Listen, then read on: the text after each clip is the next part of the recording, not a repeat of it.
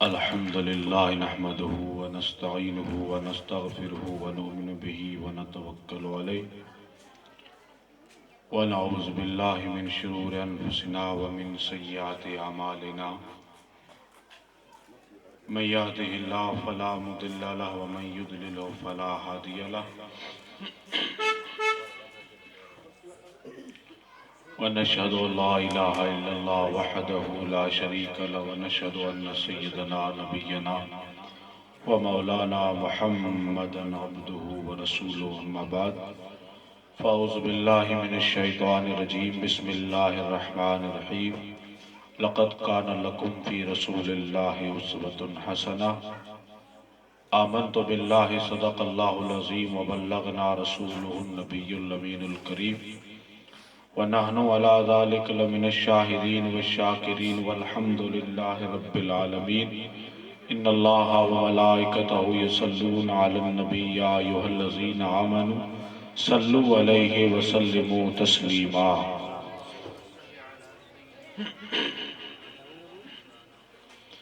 اللهم صل على سيدنا شفيعنا نبينا ومولانا محمد كما تحب ترضى بأن تصلي عليه صلاة وسلاما عليك يا رسول الله صلی اللہ تعالی علیہ وسلم بندہ پروردگار امت احمد نبی دوست دار چار یارم تابع اولاد علی مذہب حنفی دارم ملت حضرت خلیل خاک پائے غوث اعظم زیر سایہ ہر ولی صدیق اکس حسن کمال محمد است فاروق ذل جاہ و جلال محمد است عثمان ضیاء شمع جمال محمد است حیدر بہار باغ خصال محمد است اسلام ما اطاعت خلفۂ راشدین ایمان ما محبت آل محمد است صلی اللہ تعالی علیہ وسلم ہم سوئے حشر چلیں گے شہ ابرار کے ساتھ قافلہ ہوگا رواں قافلہ سالار کے ساتھ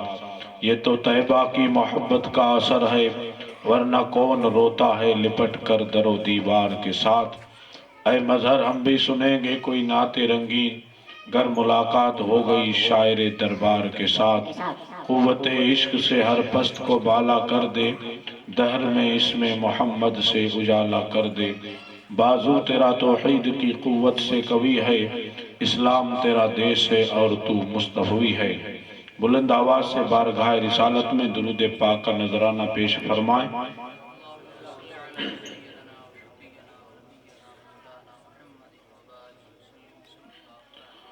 اللہم صلی علی سیدنا مولانا محمد مبارک وسلم صلاة و سلاما علیک یا رسول اللہ اگر آپ حضرات کو تکلیف نہ ہو تو وہاں سے اٹھ کر آپ یہاں آ جائیں آپ جو پیچھے بیٹھے ہیں ان سے میں گزارش کر رہا ہوں یہ جو جگہ ہے اس کو پورا کیجیے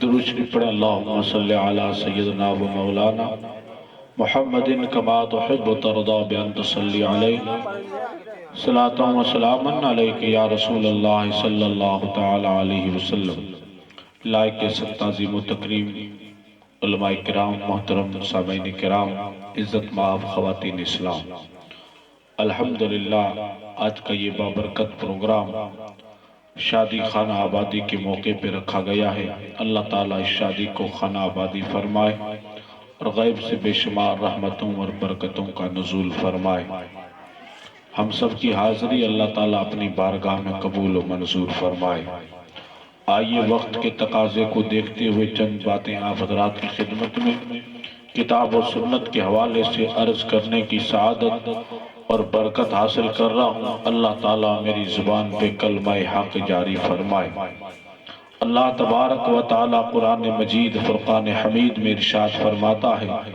لَقَدْ كَانَ لَكُمْ فِي رَسُولِ اللَّهِ أُسْوَةٌ حَسَنَةٌ بے شک میرے محبوب کی زندگی تمہارے لیے نمونہ عمل ہے ہم اور آپ جس دنیا میں رہتے ہیں یہ ایک رنگوں کی دنیا ہے بے شمار اس دنیا میں رنگ پھیلے ہوئے ہیں اور انہی رنگوں کے بیچ میں ہم اور آپ زندگی گزار رہے ہیں۔ میں محسوس کر سکتا ہوں کہ آپ حضرات یہاں بیٹھے ہیں، لیکن حالات کیا ہیں؟ بہت اچھی چیز ہے کہ شادی کے موقع پہ جلسہ رکھا جائے اور جلسے میں اللہ اور اس کے رسول کا ذکر کیا جائے اور پھر اس ذکر پہ عمل بھی کیا جائے، اور جسے یہ پتہ بھی نہیں ہوتا کہ بھائی یہ کوئی نئی چیز ہونے جا رہی ہے۔ جلسہ شادی کا ہے، شادی کے موقع پہ بے شمار خرافات، بے شمار ایسی رسمیں جو ہماری ہوتی بھی نہیں ہیں، پھر بھی ہم اسے کر گزرتے ہیں اور اس کا بھی نام شادی ہی دیتے ہیں کہ یہ شادی ہو رہی ہے۔ حالانکہ میں آپ کو بتانے یہ لگا ہوں کہ ہم سب کلمہ پڑھتے ہیں، لا الہ الا اللہ محمد الرسول اللہ صلی اللہ علیہ وسلم۔ اس پیارے نبی صلی اللہ تعالیٰ علیہ وسلم کی ذات پر کلمہ پڑھنے کے بعد اب ہماری زندگی کس طرح کی ہونی چاہیے، ہماری زندگی میں کیا کام ہونا چاہیے اور کیا نہیں ہونا چاہیے۔ کلمہ پڑھنے کے بعد بندہ پابند ہو جاتا ہے کہ اب اس انسان کو ایک قدم بھی نبی کی شریعت سے ہٹ کر نہیں رکھنا ہے، اور زندگی میں کوئی لمحہ ایسا آئے گا بھی نہیں کہ جس لمحے میں بندہ شریعت کے دائرے سے باہر ہو جائے، بلکہ ہر لمحہ اسے شریعت کے دائرے میں رہ کر ہی زندگی گزارنی ہے۔ میرے اور آپ کے آقا تاجدار مدینہ صلی اللہ علیہ وسلم ارشاد فرماتے ہیں، لا الہ الا اللہ مفتاح الجنہ، یہ کلمہ ہے، یہ جنت کی چابی ہے۔ آقا دو جہاں کا یہ فرمان کہ کلمہ جنت کی چابی ہے، جب سنا وہ لوگ جو ابھی ابھی مسلمان ہوئے تھے، نئے مسلمان تھے، انہوں نے کہا ہمارے نبی کہہ رہے ہیں کہ کلمہ جنت کی چابی ہے، تو کلمہ تو ہم پڑھتے ہیں، قیامت آنے کی دیر ہے، تالا کھولیں گے اور سیدھے جنت میں چلے جائیں گے۔ میرے نبی نے انہیں بلا کے فرمایا، میری حدیث کا غلط مطلب نکال رہے ہو، میری حدیث کی غلط تشریح کر رہے ہو۔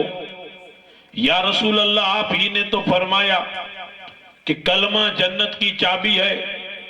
میرے آقا نے فرمایا مجھے ایک سوال کا جواب دو، کلمہ بے شک جنت کی چابی ہے، کیا چابی میں دانت نہیں ہوتے؟ یا رسول اللہ دانت ہوتے ہیں۔ میرے نبی فرماتے ہیں اگر ایک دانت ٹیڑھا ہو یا ایک دانت نہ ہو تو تالا کھلے گا؟ یا رسول اللہ تالا نہیں کھلے گا۔ تو میرے نبی نے فرمایا کلمہ بے شک جنت کی چابی ہے، لیکن نماز، روزہ، حج، زکوٰۃ، اعمال صالحہ، نیکیاں اسی چابی کے دانت ہیں، اگر ایک بھی کم پڑے گا تو کل تالا نہیں کھلے گا۔ صرف کلمہ ہم پڑھتے ہیں اور کلمے کی حد تک مسلمان ہیں، یار کلمہ بہت کچھ ہم سے مانگتا ہے، کلمہ بہت کچھ ہم سے تقاضا کرتا ہے۔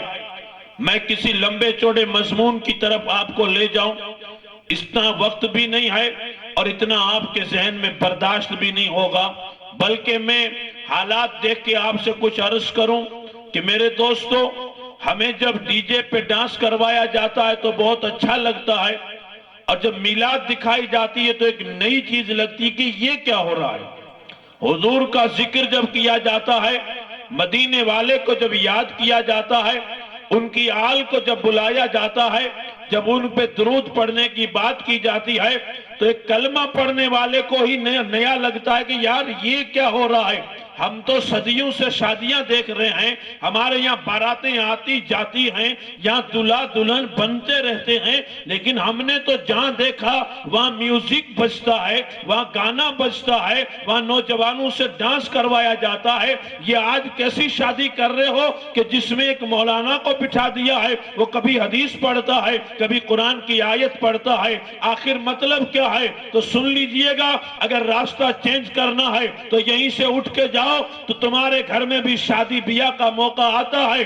مسلمان کے گھر میں شادی شیطان کو نچوا کے نہیں ہوتی، مسلمان کے گھر میں شادی محمد عربی پہ درود پڑھ کے ہوتی ہے، نبی کے غلام کے گھر میں شادی حضور کا ذکر کر کے ہوتی ہے۔ جیسے اس وقت ابھی اس آنگن میں یہ ہو رہا ہے تو ہر آدمی ذہن بنا لے کہ جہاں ہم ناچ رہے ہیں، ہم جہاں کود رہے ہیں، وہ ہماری شادیاں نہیں ہیں۔ ہماری تو شادی یہ ہے کہ دنیا آئے یا نہ آئے، میلاد النبی کا جلسہ سجایا جائے، حضور کو دعوت دی جائے۔ اگر حضور آ گئے تو دنیا بھی تیری ہے اور آخرت بھی تیری ہے، ورنہ فائدہ کیا ہوگا دنیا کو راضی کرنے سے کہ نہ خدا ملا نہ وصال صنم۔ یعنی حضور کو دیکھ کے ہی زندگی گزارو۔ حضور نے کس طرح سے شادیاں کی، حضور نے کس طرح سے اپنی بیٹی کو ودا کیا تھا، حضور نے کس طرح سے تمہارے سامنے نمونہ پیش کیا تھا، اسی کو دیکھو گے تو ہی سمجھ میں آئے گا۔ اس لیے کہ کپڑے آئے تھے، وہ کپڑے کچھ اور تھے۔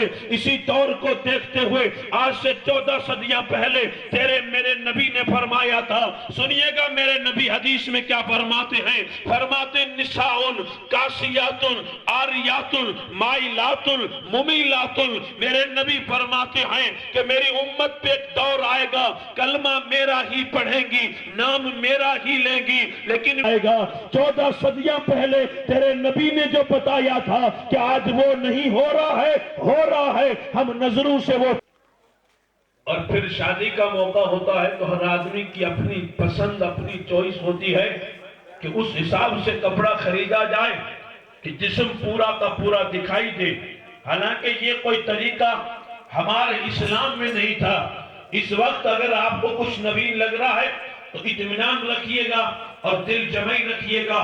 میں جو عرض کر رہا ہوں اگر غلط بولوں تو آپ اصلاح کر سکتے ہیں۔ اگر آپ کو پسند آ رہی ہے بات کہ نہیں یار ہم مسلمان کہنے تک مسلمان ہیں یا حقیقت میں بھی مسلمان ہیں، مسلمان کا صرف ڈھانچہ ہے یا ٹائٹل بھی مسلمان کا ہے، ریل زندگی بھی ایک مسلمان کی طرح زندگی ہے۔ مسلمان کی زندگی صرف کلمہ پڑھنے کے چھٹی نہیں ملتی کہ کلمہ پڑھ لیا تو چھٹی مل گئی ہے۔ اب تم جو کرتے رہو تم سے کوئی پوچھنے والا نہیں، تم سے کوئی حساب کرنے والا نہیں ہے۔ حضرت سیدنا امیر المومنین عمر فاروق اعظم رضی اللہ تعالیٰ زندگی کا حساب کرنا بہت زیادہ ضروری ہے۔ اگر حساب نہیں کریں گے تو کل ذرے ذرے کا حساب ہوگا۔ قرآن کہتا ہے فَمَن يَعْمَلْ مِثْقَالَ ذَرَّةٍ خَيْرًا يَرَهُ وَمَن يَعْمَلْ مِثْقَالَ ذَرَّةٍ شَرًّا يَرَهُ، کہ اگر رائی کے دانے کے برابر نیکی کرو گے تو بھی دیکھو گے، اگر رائی کے دانے کے برابر برائی کرو گے تو بھی دیکھو گے۔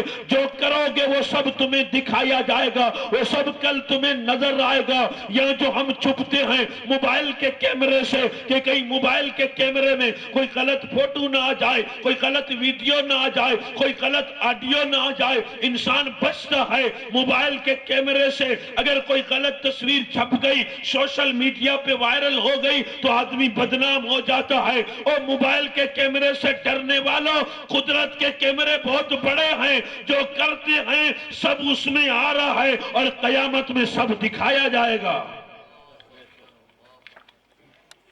اس لیے حضرت اقبال نے فرمایا تھا شور ہے دنیا سے ہو گئے مسلم نابود، ہم یہ کہتے ہیں کہ تھے بھی کئی مسلم موجود، وضع میں ہو تم نصارہ تو تمدن میں ہنود۔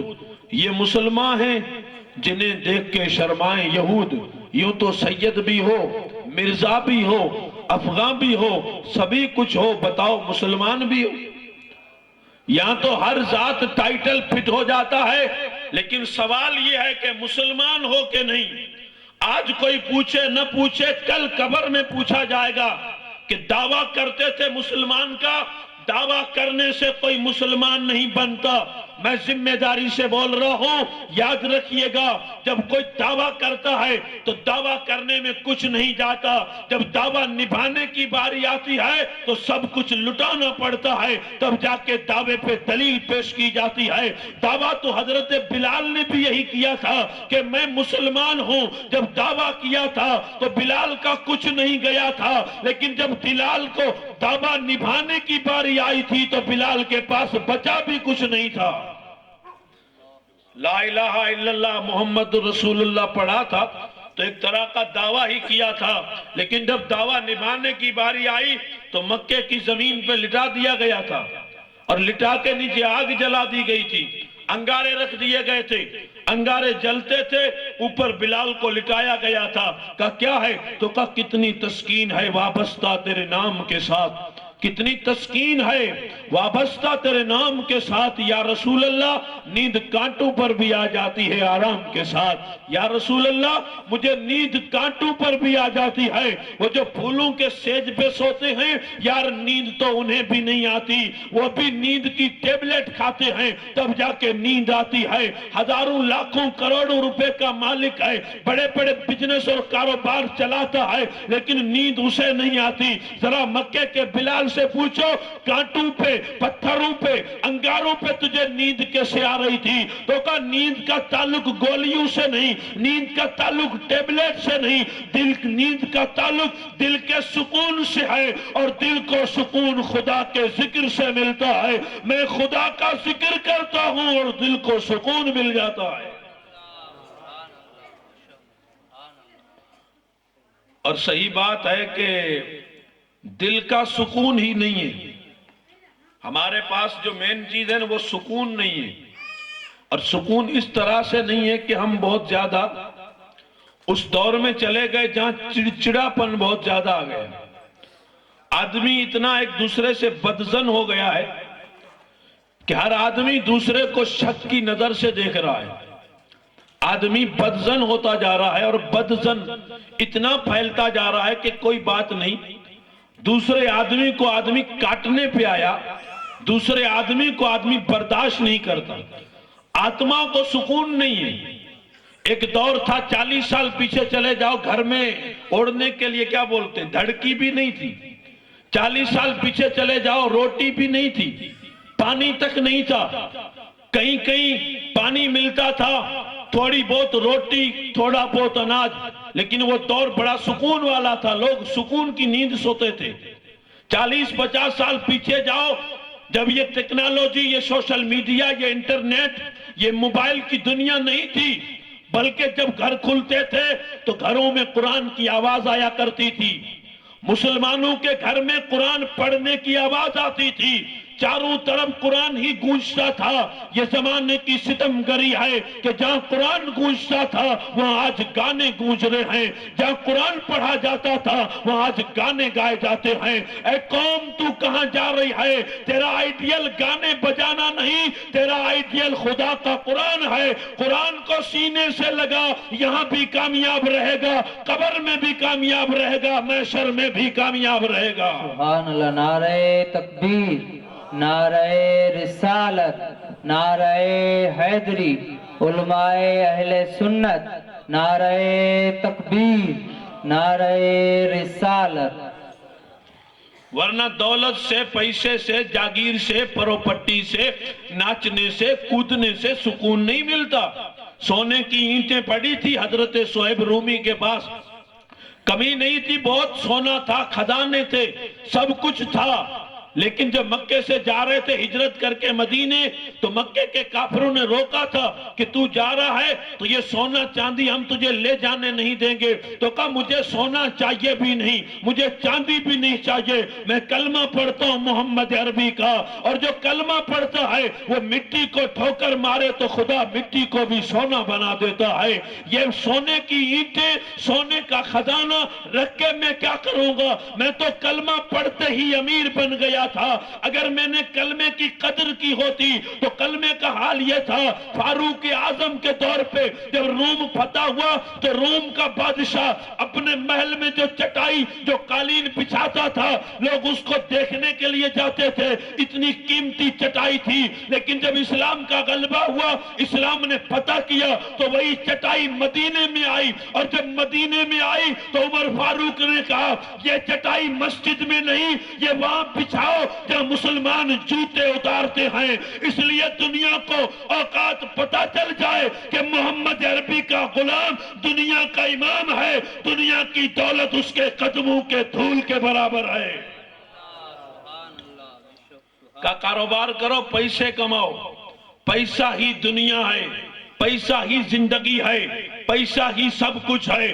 اور جب ٹارگٹ پیسہ ہی بنایا گیا اور سب کچھ پیسے کو رکھا گیا تو حال یہ ہوا ہے میرے دوستو, تقریر سننے کے لیے کوئی آج تیار بھی نہیں ہے, میلاد سننے کے لیے کوئی تیار نہیں ہے. لوگ کہیں گے مولانا کو آپ کہاں سے لے کے آئے ہو, کیوں بٹھا دیا ہے, یہاں تھوڑی دیر کے لیے مزہ کرو کچھ اور کرو. نہیں میرے دوستو, یہاں شیطان نہیں ناچے گا, یہاں حضور کا قرآن گونجے گا, یا نبی کی حدیث گونجے گی. اس لیے کہ کلمہ پڑھنے کا حق جب رکھتے ہو اور کلمہ پڑھتے ہو تو کلمہ تمہیں یہ بتاتا ہے کہ تمہارا کردار کلمے جیسا ہونا چاہیے جس نے 14 صدیاں پہلے پڑھا تھا. تمہارا بھی حال ایسا ہونا چاہیے. اور اگر ایسا نہیں ہوگا تو پھر پھنس جائیں گے, اور پھنسیں گے ایسے کوئی چھڑانے بھی نہیں آئے گا, کوئی پوچھنے بھی نہیں آئے گا. ماحول نہیں دیکھتے ہم, اگرچہ سوشل میڈیا کا زمانہ ہے لیکن ہم ماحول سے واقف نہیں ہیں. اسلام صرف نماز پڑھنے کا پیغام نہیں دیتا, اسلام تمہیں یہ بھی کہتا ہے کہ آس پاس میں کیا چل رہا ہے وہ بھی دیکھو. تمہارے ارد گرد ماحول کیا ہے, لوگ کیا کہتے ہیں, لوگ کیا کر رہے ہیں, تمہارے خلاف کیا بولا جا رہا ہے, کیا سوچا جا رہا ہے, کیا لوگ پلاننگ بنا رہے ہیں. صرف تم یہ کہو کہ نہیں میں نے 5 کروڑ کا مکان بنا لیا ہے, میں چادر اوڑھ کے سو جاؤں گا, باہر جو ہوتا ہے ہونے دو, مجھے کیا فرق پڑتا ہے, میں اعتکاف میں بیٹھ جاتا ہوں, دنیا میں جو ہونے دو. نہیں, آپ کو نکلنا پڑے گا اور آپ کو باہر بھی آنا پڑے گا. آپ اگرچہ کسی جگہ رہتے ہوں, کچھ بھی کرتے ہوں, آج نہیں تو کل آپ کو میدان میں تو یار آنا پڑے گا. اس لیے جو حالات بنتے جا رہے ہیں, جو حالات ہم بنا رہے ہیں, جو حالات پہ ہمارا پورا فوکس کیا جا رہا ہے, ہم آس پاس کو نہیں دیکھتے کہ ارد گرد میں کیا ہو رہا ہے, وہ دنیا کیا کر رہی ہے, کہاں جا رہی ہے. میرے دوستو, کہنے کو تو یہ بھی کہتے ہیں کہ دنیا جا کے چاند تک پہنچی ہے, ہم تو چائے کی رکابی اور ماوے سے بھی ابھی تک نہیں نکلے ہیں, ہم تو ڈی جے کی ڈانس سے بھی نہیں نکلے ہیں. ہمارا بچہ جب ہوش سنبھالتا ہے تو وہ PUBG گیم کھیلنا سیکھتا ہے. دشمن کے بچے ہوش سنبھالتے ہیں تو وہ سورج پہ ریسرچ کر رہے ہیں, وہ سمندر پہ ریسرچ کر رہے ہیں, وہ پلین بنا رہے ہیں, وہ بڑے بڑے ایجادات تیار کر رہے ہیں. ہمارا بچہ بڑا ہوتا ہے تو گریج کھول لیتا ہے, ہمارا بچہ بڑا ہوتا ہے تو ڈرائیور بن جاتا ہے. یاد رکھیے گا, ہم ہی دنیا میں علم بانٹنے آئے تھے, ہم ہی دنیا میں روشنی کرنے آئے تھے. ہم اس نبی کے غلام ہیں کہ جس نبی کے غلاموں نے پوری دنیا میں اجالا کیا تھا. اجالا امریکہ نے نہیں کیا تھا, اجالا محمد عربی کے نالین نے کیا تھا. اجالا یورپ اور ملیشیا نے اور جاپان اور چائنا کا نہیں ہے, اجالا حسن حسین کے نانا کے قدموں کی خیرات ہے. اجالا ان سے چلا تھا, اجالا ہمارا ہی تھا, اجالا ہمارے پاس ہی تھا, روشنی ہمارے پاس ہی تھی. مسجد قرطبہ اندلس کی سرزمین پر آج بھی ہے.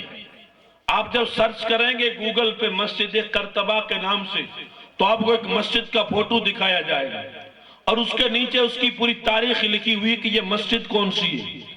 یہ مسجد قرطبہ ہے جو اندلس جسے آج کل اسپین کہا جاتا ہے, اس کی راجدھانی ہے شہر غرناطہ.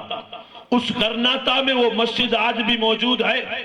لیکن یاد رکھنا, وہ مسجد جو ہے ایک دور تھا کہ جب وہ مسجد بنائی گئی تھی, وہ مسجد جب تیار کی گئی تھی تو اسی مسجد کے صحن میں بیٹھ کے امام قرطبی قرآن کی تفسیر لکھتے تھے, اور اسی مسجد میں نماز بھی پڑھی جاتی تھی. اسی مسجد کے صحن میں مدرسہ بھی چلتا تھا. اور کیسا مدرسہ کہ جس طرح آج ہمارے بچے انگلش میڈیم اسکول کے دروازے پہ ایڈمیشن لینے کے لیے لائن میں کھڑے رہتے ہیں، اس دور میں انگریزوں کے بچے مسلمانوں کے دروازے پہ لائن میں کھڑے رہتے تھے کہ مسلمانوں کے مدرسے میں داخلہ مل جائے، ان کے مدرسے میں ایڈمیشن مل جائے، لیکن ایڈمیشن نہیں ملتا تھا۔ 15 دن تک انگریزوں کے بچے لائن میں کھڑے رہتے تھے۔ کیا سمجھتے ہو انگلش بولنا، انگلش پڑھنا یہ کوئی بہت بڑے کمال کی بات ہے؟ میرے دوستو، کمال اس کا نام نہیں ہے، کمال تو یہ ہے کہ تجھے قرآن کتنا پڑھنا آتا ہے، تجھے نبی کا اسلام کتنا آتا ہے، تجھے شریعت کتنی آتی ہے، تجھے حضور کا دین کتنا آتا ہے۔ انگریزی تو پھر بولتا ہے کہ انگریزی تو اتنی آتی ہے کہ انگریزوں کو بھی پڑھا سکتا ہے، لیکن دین اتنا بھی نہیں آتا کہ باپ کا جنازہ پڑھا سکے۔ کہ انگریزی تو اتنی آتی ہے کہ انگریزوں کو بھی پڑھا سکتا ہے، اور قرآن اتنا بھی نہیں آتا کہ باپ کا جنازہ پڑھا سکے۔ وہ بھی مسجد سے مولانا کو بلایا جاتا ہے کہ مولانا آئے گا اور آ کے جنازہ پڑھائے گا۔ اس لیے میرے دوستو، بدلیے گا اپنے رخ کو اور اپنی زندگی کا۔ جو ہم نے رخ بنا رکھا ہے، ہم نہیں بدلیں گے تو کوئی آئے گا اور بدلنے پہ مجبور کرے گا کہ کسی کے کہنے سے تو نہیں بدلا، لیکن اب بدلنا پڑے گا۔ اور تب میرے دوستو مر کے بھی اس کا رخ بدلنا ہوگا۔ حضرت شہید کربلا امام علی مقام امام حسین رضی اللہ تعالیٰ عنہ جب کربلا جا رہے تھے تو آپ نے اپنے خطبے میں ایک جملہ کہا تھا اور فرمایا تھا کہ جب ظلم ہوتا دیکھو تو ظلم کے خلاف اٹھ جایا کرو، ظلم کا مقابلہ کر لیا کرو۔ اگر دیر کرو گے تو بہت زیادہ قربانی دینی پڑے گی۔ ظلم ہو رہا ہو کہیں تو ظلم کے خلاف آواز اٹھایا کرو، آگے بڑھو، ظلم کے خلاف بات کرو۔ اگر نہیں بات کرو گے تو کل تمہیں بہت بڑی قربانی دینی پڑے گی۔ اگر ظلم ہو رہا ہے، دین کے نام پہ کوئی ہمیں بانٹ رہا ہے، مسلمان کے نام پہ کوئی ہمیں کاٹنا چاہتا ہے، کوئی مارنا چاہتا ہے، شریعت کو ہم پڑھتے نہیں، ہم دیکھتے نہیں، ہمارے پاس اتنا پاور بھی نہیں، ہم اتنا دین جانتے نہیں، ہمارے پاس اتنی فرصت بھی نہیں۔ یارو، زندگی کے اندھیرے سے نکل کے اجالے کا سفر کریں تو بات سمجھ میں آ جائے گی۔ ہم وہی لوگ تھے کہ جو دنیا میں محبت کا پرچار کرنے آئے تھے۔ ہم اس نبی کا کلمہ پڑھنے والے ہیں کہ جس نبی کے غلاموں نے پوری دنیا میں جہاں پہنچے تھے زمین کو آسمان سے بھی بلند کر دیا تھا۔ چار دانگے عالم میں اگر اجالا کیا تھا تو میرے نبی کے قدموں نے کیا تھا۔ حضور کے قدموں کی خیرات تھی جو ساری دنیا میں اجالا ہو گیا ہے۔ اگر وہ اجالا رکھنا چاہتے ہو تو یاد رکھنا، اجالا میرے نبی کے قدموں سے ہوگا، اس دنیا میں بھی ہوگا، قبر میں بھی ہوگا اور محشر میں بھی ہوگا۔ اگر اجالا چاہتے ہو تو مصطفیٰ کے نالین سے ہوگا۔ درود شریف پڑھیں، اللہم صلی علی سیدنا نبینا مولانا محمد وبارک وسلم۔ صلاۃ و سلام علیک یا رسول اللہ، صلاۃ و سلام علیک یا حبیب اللہ صلی اللہ اللہم صلی علی سیدنا شفیعنا نبینا و مولانا محمد کما تحب ترضا بان تصلی علیہ، صلاۃ و سلام علیک یا رسول اللہ صلی اللہ تعالی علیہ وسلم۔ عزیزان گرامی، جسے پکی پکائی روٹی مل جائے اسے روٹی کی قیمت معلوم نہیں ہوتی۔ جو محنت کر کے کما کے پھر کھاتا ہے تو اسے محسوس ہوتا ہے کہ روٹی کی قیمت کتنی زیادہ ہے۔ اگر محنت نہیں کی ہوگی، کہیں گئے بھی نہیں ہوں گے اور ایسے فری میں کچھ مل گیا ہوگا تو اس کی قدر بھی نہیں ہوگی۔ اسلام آج میرے پاس تو موجود ہے، میں دعویٰ بھی کرتا ہوں، لیکن ہم اسلام کی وہ قدر نہیں کرتے۔ کا قدر کریں گے کیسے؟ انہوں نے اسلام کے لیے کون سے میدان میں گئے تھے؟ انہوں نے اسلام کے لیے کون سا پسینہ بہایا تھا؟ اسلام کے لیے کون سا خون بہایا تھا؟ اسلام کے لیے انہوں نے کہ یہ تو گھر میں پیدا ہوئے، مؤذن آیا، کان میں اذان پڑھی کہ اشہد ان محمد رسول اللہ، مبارک ہو محمد عربی کا غلام بن کے دنیا میں آیا ہے۔ گھر سے ہی اسلام مل گیا تھا، ماں کی گود میں تھا تو اپنے آپ کو مسلمان کہہ رہا تھا، کہیں گیا نہیں۔ جب گیا نہیں تو میرے دوستو قیمت بھی معلوم نہیں ہے۔ اگر اسلام کی قیمت معلوم کرنی ہو تو آج کا مولوی نہیں بتا پائے گا کہ اسلام کی قیمت کیا ہے، اسلام کسے کہتے ہیں، اسلام کتنا مہنگا ملتا ہے۔ اسلام کی اگر قیمت معلوم کرنی ہے تو مکے میں گھسیٹے جانے والے حضرت بلال سے پوچھو کہ تمہیں اسلام کتنا مہنگا ملا تھا۔ سہیب رومی سے پوچھو، سلمان فارسی سے پوچھو، ابو بکر صدیق سے پوچھو، حضرت عمر فاروق سے پوچھو، وہ تمہیں بتائیں گے کہ ہمیں جب اسلام ملا تھا تو کتنا مہنگا ملا تھا۔ تجھے تو پکی پکائی روٹی ملی ہے، تب تجھے تقریر تو بخار جیسی لگتی ہے اور ڈی جے پہ ڈانس تجھے بہت اچھا لگتا ہے، اس لیے کہ تجھے اسلام کی قیمت نہیں، تجھے معلوم نہیں اسلام نے کتنے کربلا دیکھے ہیں تب تیرے آنگن تک اسلام پہنچا ہے، نہ جانے کتنے کربلا ہوئے ہیں تب جا کے اسلام تجھ تک پہنچا ہے۔ یہ تو سلام کرو سیدہ کائنات کے لاڈلے بیٹے حسین ابن علی کی قربانیوں کو، جب سب کچھ کٹایا تھا تو اسلام یہاں مسکرایا ہے۔ اللہ سبحان اللہ بے شک سبحان۔ اور جب کسی نے کچھ کیا ہی نہیں ہوگا تو اسے کیا پتا ہوگا؟ یہاں کہ کچھ چلانا کارخانہ کرنا کا نہیں، باپ کے بہت پیسے تھے، اڑانا پھر راج کرنا پھر اپنے آپ کو دھمکانا اپنا ایک دھوس جمانا، تو کہ ایک اس طرح سے بڑا امیر باپ تھا اور اس کا اکلوتا بیٹا تھا، باپ کے پیسوں پہ راج کرتا تھا، اسے قیمت نہیں تھی پیسوں کی، آتے تھے اور لٹا دیتا تھا، دوستوں کے ساتھ پکنک پہ جاتا تھا، خرچہ بہت کرتا تھا۔ ہوا کیا؟ ایک دن باپ بیمار ہوا، باپ نے بیٹے سے کہا کام کرو مجھے پیسے چاہیے، پیسے لا کے دو۔ جو کبھی کمانے نہیں گیا اب اس سے پیسے مانگے جائیں تو وہ کہاں سے لائے گا؟ جس نے کبھی محنت نہیں کی اسے کب سے پتا چلے گا کہ پیسے کیسے لائے جاتے ہیں؟ باپ نے کہا پیسے چاہیے۔